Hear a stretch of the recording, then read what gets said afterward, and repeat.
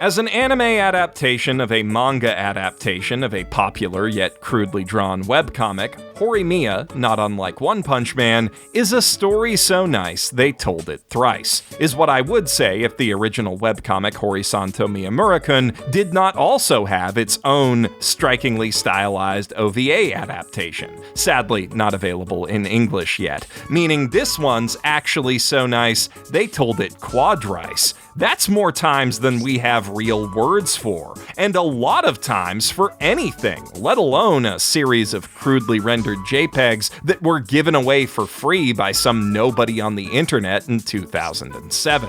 It's self-evident that there is something special about Horimiya, and that's a pretty wild thought, because there's absolutely nothing self-evidently special about Horimiya. Amid a winter buffet of bold, ambitious, quirky anime cuisine, it stands out as a simple yet exquisite comfort dish, a coming-of-age rom-com about normal teenagers at a normal high school trying to figure out what exactly normal is. If you're not familiar, Kyoko Hori is a popular girl with good grades who spends most of her free time taking care of her little brother Sota in lieu of their busy parents. None of her friends or classmates know about this side of her life until one day a handsome, well-dressed bad boy kindly brings her brother home to patch up a boo-boo. It turns out that this styling stranger is Miyamura, a quiet, bespectacled loner from Hori's class who everyone just assumes is a weird otaku, even though he's actually just kinda dumb and socially awkward, and only uses his thick, ugly school clothes and unkempt hair to hide sick tats and piercings. The unlikely pair quickly discover that despite their apparent differences, they actually have a ton in common, and days of youth, like the scent of fresh lemons you see, ensue. There's no cutesy genre premise or clever structural gimmick with which to elevator pitch a potential viewer on Horimiya, only pure romantic chemistry. This isn't Oron, Bunny Girl Senpai, or Kaguya-sama. It doesn't even have a mystery box hook to string viewers along like Quintessential Quintuplets, the sequel to which, according to MAL, this new anime is currently outperforming, along with almost every other big-ticket sequel this season, including ReZero and Reincarnated as a Slime, but excluding the shonen big three of Dr. Stone, The Promised Neverland, and Attack on Titan. Really think about that. This season contains its own big three, and Jujutsu Kaisen is still running. Yet here I am, about to discuss a show where some papers falling out of a window is a heart-pounding event. But first, speaking of the quintessential quintuplets, if you like Horimiya, you'll probably like that too. It is a harem, but a thoroughly wholesome one, with rich characters and a ton of heart. The new anime season has been going great, but the manga is still the best way to experience that doki doki goodness, at least in my book, which can be your book too, because in celebration of its finale, the quintessential quintuplets manga happens to be on sale until March 8th in high-resolution ebook form via Bookwalker, where you can buy a bundle of the whole series for 30% off. Plus, you'll get a beautiful bonus illustration just for buying volume 14, and you can bump that up to a 35% discount while simultaneously helping me out by using the promo code BASEMENT at checkout to get an additional 600 yen off. Alternatively, if you already own some of the series, you can get 15% coin back on the rest of them to put toward future purchases of digital light novels and/or manga. Manga like Horimiya, which Bookwalker also has all 14 volumes of. Those aren't on sale right now, but they are really good, and you can still use the promo code BASEMENT for a discount on them or anything else in Bookwalker's vast and ever-expanding catalog. Click the link in the doobly-doo to check out that promotion, or click the other link to get the Horimiya manga today. Now, back to the romance. So, what makes Horimiya so special?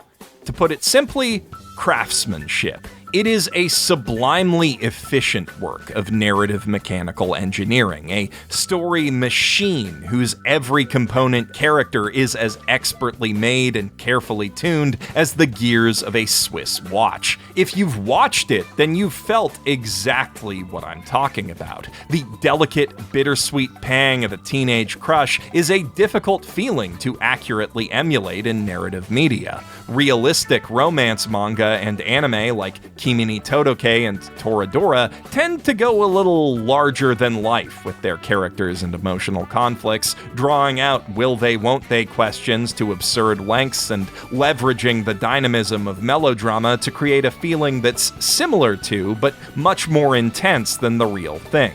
Butterflies and doki dokis to be sure, but of the sort a roller coaster might deliver. Horimiya, on the other hand, is a more subtly thrilling ride, like coasting downhill through winding city streets aback an overburdened one-seat bicycle. With very little hyperbole, at least by anime standards, it seeks to honestly portray the fleeting yet in-the-moment all-consuming profundity of pubescent bullshit. What Kaguya-sama made an endlessly hilarious joke out of, this series tackles with unerring, unembellished sincerity to shockingly powerful effect. Horimiya's characters don't get endlessly hung up on absurd misunderstandings they could solve with a single text message or entangled in improbably convoluted love geometry. They get hurt by poorly chosen words, burden themselves and each other with tempestuous, irrational anxieties, and struggle to juggle life, school, and family from one day to the next. You know, like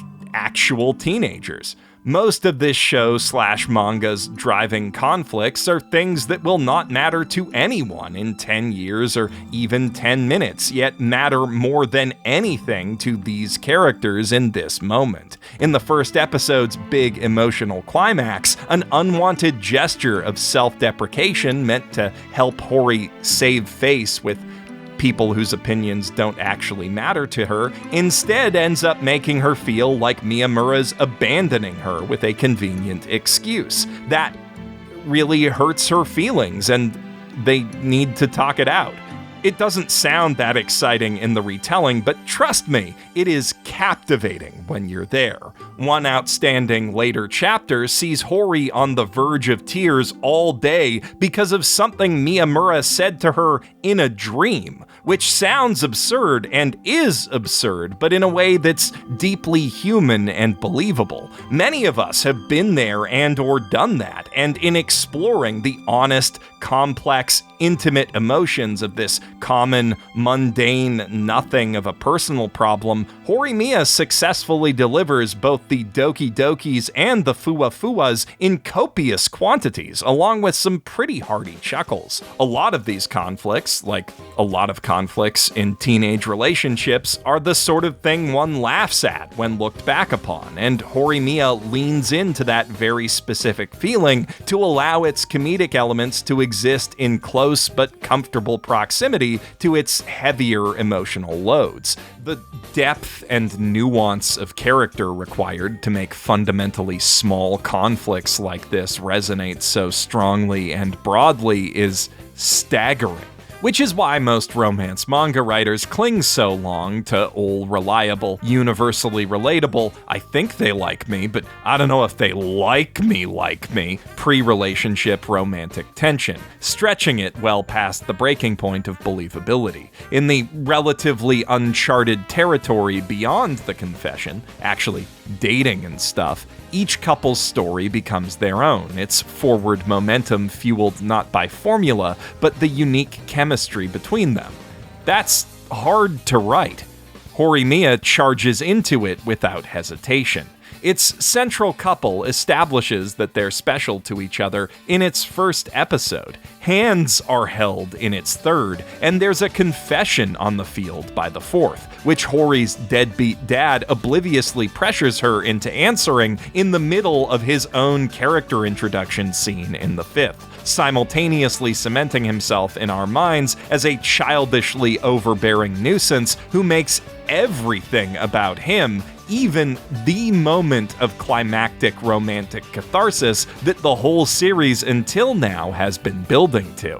Which is, to be fair, all the sweeter for the wait when the kids are at last left alone and it finally sets in that they're like totes dating for realsies now. The unexpected deviation into comedy right before the romantic climax makes that climax, when it does arrive, feel fresh, exciting, and unexpected in a way that I don't think it would if they tried to play it straight. It also allows the series to give a fairly complicated new character a very memorable introduction and significantly develop all of the established characters in the Hori family in the space of just a few minutes and/or pages. This one scene tells us everything we need to know about Kyosuke through how he reacts to and disrupts the story's status quo, and how his daughter and especially wife react to him. Yuriko's polite passive aggression is positively savage. Learning about Kyosuke in turn tells us a great deal about Kyoko, why she is the way she is, why she's so drawn to reliable, kind, unassertive Miyamura, and why she's so possessive and anxious about the prospect of him abandoning her out of the blue. Thoughtfully layered, efficient writing like this is what allows the story to move so swiftly through its opening act without feeling rushed or softening the emotional impact of key moments. When you break it down, there aren't a lot of scenes between Horimiya's meet-cute and big relationship status update, but it makes the most of each and every one, using them to simultaneously develop and advance the central romance, deliver solid, self-contained jokes and emotional beats, and expand upon the vast supporting cast in equal measure to the characters with their names in the title. By the time you've reached that episode 5 climax, you've experienced a greater density of emotions and meaningful character developments than you'll find in many series thrice the length, and the transition to a full-blown relationship feels well-earned. We understand perfectly well what these characters mean to each other, why they need each other, and how exactly they've grown ready to be together. And from that point forward, they continue to grow together, around each other, as we discover more about both of them alongside each of them. This is one of the most fun stages of a relationship, and for obvious reasons, fertile ground for character-driven comedy and storytelling. Hard stuff to write, but Hiro writes it well, and it's the essence of what makes Horimiya so complex and compelling. Hori and Miyamura are orbited by other teens in their own states of will-they-won't-they entanglement, who provide complementary flavors of forlorn cross-classroom glancing and allow the series to indulge in tropier romantic storytelling when it wants to. Cooking lessons, love triangles, that whole bit. But Horimiya never uses cliché as a crutch. It does use it as effective shorthand, though, allowing for moments that other manga and anime might soak in soliloquy to pass without unnecessary comment. Take the scene where Sakura falls for Toru.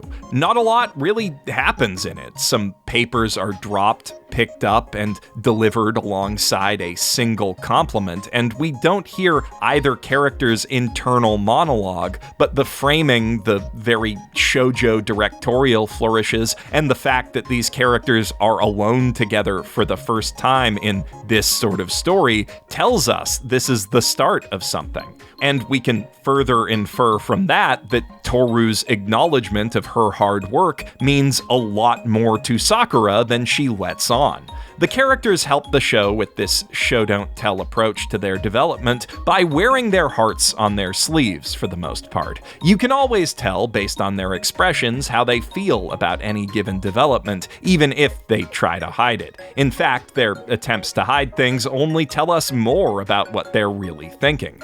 The nature of its medium means the anime can't be quite as precise in illustrating these emotions as the manga is, but bold, evocative direction allows allows it to convey whatever info's lost to lower fidelity through cinematic language. As a result, Horimiya doesn't need a running inner monologue to be fully understood, and can instead use that device sparsely, stylistically, in contrast to its abundance of dialogue to convey when characters are feeling lonely or stuck up in their own heads. Of course, none of that would work if the characters themselves weren't interesting and worth exploring in depth. Were the tired cliches simply used to acquaint us with more tired cliches, they wouldn't amount to much at all. Horimiya states its central thesis up front, that we all have sides of ourselves that we don't show the world, and we're all looking for someone to share them with.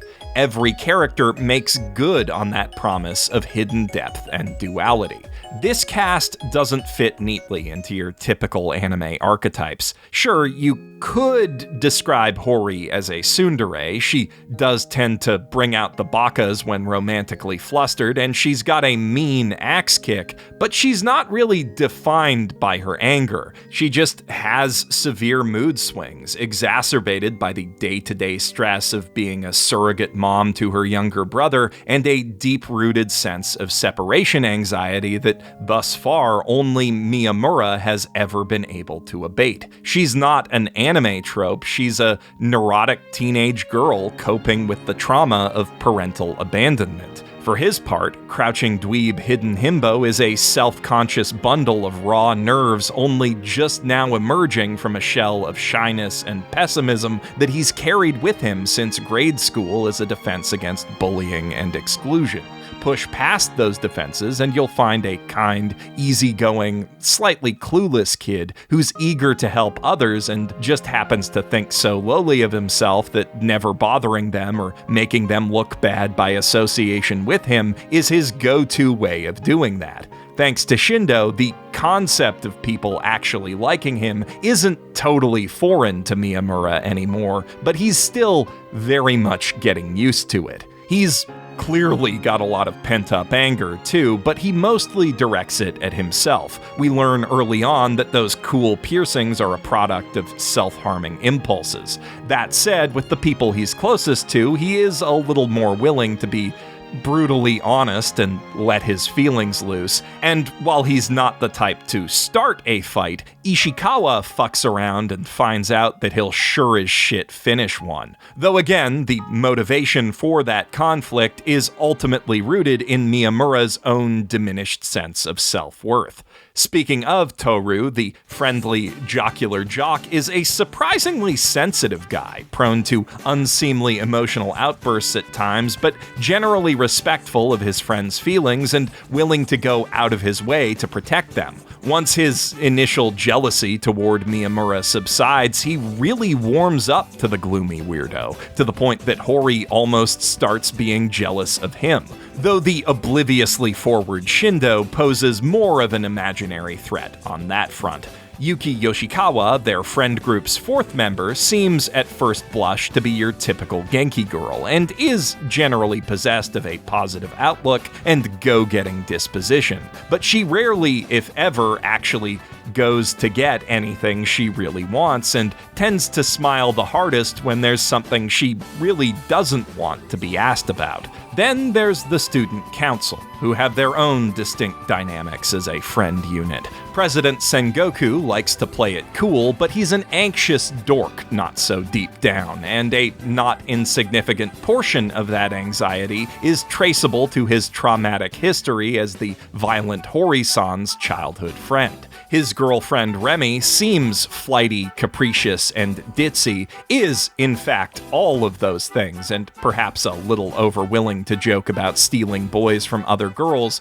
but she loves him deeply nonetheless. She's even dumber than Miyamura and Shindo in a lot of respects, but she understands people well, those closest to her best of all, and tries her best to encourage them to do their best. Sakura has to pick up a lot of Remy's slack, and the president's slack too, but her bestie makes up for it by consistently affirming her self-worth and telling the insecure vice president how cute she really is, which is really cute. Those 7 form what I'd call the series' main cast, though that's a distinction made purely based on total screen time. Everywhere you look in Horimiya, you'll find equally complex and compelling characters, each of whom somehow makes you want to give them a big ol' hug. Some take longer to spark that impulse than others, but all deserve it when all's said and done. Except for maybe Kyosuke. As much thought has gone into how these characters express themselves and interact with each other as was spent shaping their inner worlds. It feels like you could put them together in just about any combination and have comedy emerge from their chemistry, especially if Iura or Shindo are involved. Across the manga's many chapters, you'll get to see just about every combo you can imagine, and practice proves that theory out. The anime doesn't really have time for all of those diversions. It's a much more focused version of the story that optimizes the dramatic utility of these characters. There are still plenty of laughs to be had. It is a rom-com after all, but just about every humorous aside that doesn't feed into a central character arc in a meaningful way has been cut. As have a few entire characters who don't really add much to the mix, like a little girl from Sota's class who's implied to have a budding crush on him. A subplot about Yoshikawa having a crush on street clothes Miyamura without realizing who he is also gets the axe in the anime. There are downsides to this approach. Big ones, like a criminally significant reduction in Shu Iura's total screen time. But he really makes the moments he still has count. And I think the other omissions are for the better. They probably could have kept that content in without making the show feel padded, pushing back the crystallization of Hori and Miyamura's relationship by a few episodes to compensate, but that would likely mean the anime wouldn't reach some of the manga's best moments and characters, one of whom we just met last episode, and it would lay more narrative weight on the confession and response than they were really designed to bear by extending the gap between them and drawing out the question of what the two really mean to each other. Those moments would simply hit different, coming in episodes 6 or 8 out of 13 compared to 4 and 5, throwing off the delicate balance that sets the series apart from other romances. Horimiya treats relationships not as goals for its characters to work toward, but rather projects for them to work on together. Significant parts of their lives, to be sure, but never the whole picture. Friendship status is often as essential to the stakes of the narrative as romantic drama, if not more so, and the growth of individual characters always matters most of all. Hori and Miyamura aren't interesting because they love each other, they're interesting in ways that result in them loving each other. Other characters are interesting in different ways that set them down different paths, romantically, academically, and personally. As I watch and obsessively binge read this series, I don't find myself constantly thinking, now Kith, like I do with a lot of my favorite entries in this genre. I just want to learn more about these characters and see where they end up, wherever that is, regardless of whether it results in romantic catharsis for me as a viewer. Some of the series' strongest emotional moments, like Toru's reaction to his two best friends making it official, are rooted in realistic, understated heartbreak. Such moments often come right on the tail of the happiest story beats, underscoring them with quiet sadness. This isn't a series where the resolution of a romantic rivalry represents the triumph of a good guy or girl over a duplicitous villain. It just means that two protagonists get to enjoy each other's company while another protagonist is left to suffer alone. Real relationships of all kinds are just messy like that. We often cause each other undeserved yet unavoidable pain in pursuit of our own happiness or just by existing in proximity to each other. With so many people in one place and all of their hormones out of whack, high school represents the height of that aspect of human experience, and Horimiya captures it perfectly. Finding a companion amid it all doesn't magically set everything right. It just means that you've got someone to hold on to as you both weather the storm, and that you have someone to laugh with when you can look back. Horimiya is a love story built from mundane moments of intimacy and personal problems that seem bigger on the inside, atop a realistically rocky foundation of equally mundane, generalized adolescent angst. It's a story about looking past how the people around you present and seeing them for who they really are. It's not particularly novel, innovative, or subversive, but it is true and honest in a way that all the best art is. We can see bits of ourselves and people we know not just in its main characters, but all of them, and the feeling of attachment that fosters is what's kept its fan base coming back and growing across 4 iterations now. Mark my words, like the webcomic and manga that inspired it, romance appreciators are going to be talking about and revisiting this anime for many years to come. I'm Geoff Thew, professional shitbag, signing out from my mother's basement.